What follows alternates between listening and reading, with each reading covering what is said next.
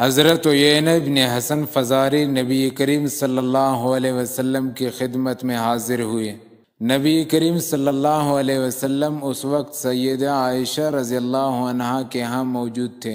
عیینہ اجازت لیے بغیر اندر آ گئے تو نبی کریم صلی اللہ علیہ وسلم نے ان سے فرمایا، اے عیینہ، تم نے اجازت کیوں نہیں لی؟ انہوں نے عرض کیا، یا رسول اللہ صلی اللہ علیہ وسلم، جب سے میں بالغ ہوا ہوں میں نے مضر قبیلے کے کسی فرد کے ہاں اندر داخل ہونے کی اجازت طلب نہیں کی۔ اس نے یہ بھی کہا، آپ صلی اللہ علیہ وسلم کے پہلو میں موجود یہ خوبصورت خاتون کون ہے؟ نبی کریم صلی اللہ علیہ وسلم نے فرمایا، یہ عائشہ ہے جو تمام اہل ایمان کی ماں ہے۔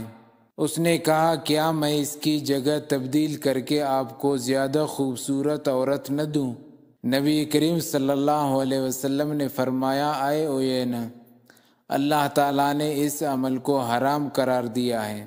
راوی کہتے ہیں کہ جب وہ شخص چلا گیا تو سیدہ عائشہ صدیقہ رضی اللہ عنہا نے دریافت کیا، یا رسول اللہ صلی اللہ علیہ وسلم، یہ کون تھا؟ نبی کریم صلی اللہ علیہ وسلم نے فرمایا، یہ ایک احمق رہنما تھا۔ تم نے اس کی جو ذہنی حالت دیکھی ہے، اس کے باوجود یہ اپنی قوم کا سردار ہے۔ حضرت ابو ہریرہ رضی اللہ عنہ بیان کرتے ہیں کہ زمانہ جاہلیت میں بدل یہ ہوتا تھا کہ کوئی شخص دوسرے سے کہتا، تم مجھے اپنی بیوی کے ساتھ صحبت کرنے دو، میں تمہیں اپنی بیوی کے ساتھ صحبت کرنے دیتا ہوں، میں تمہیں مزید فائدہ دوں گا۔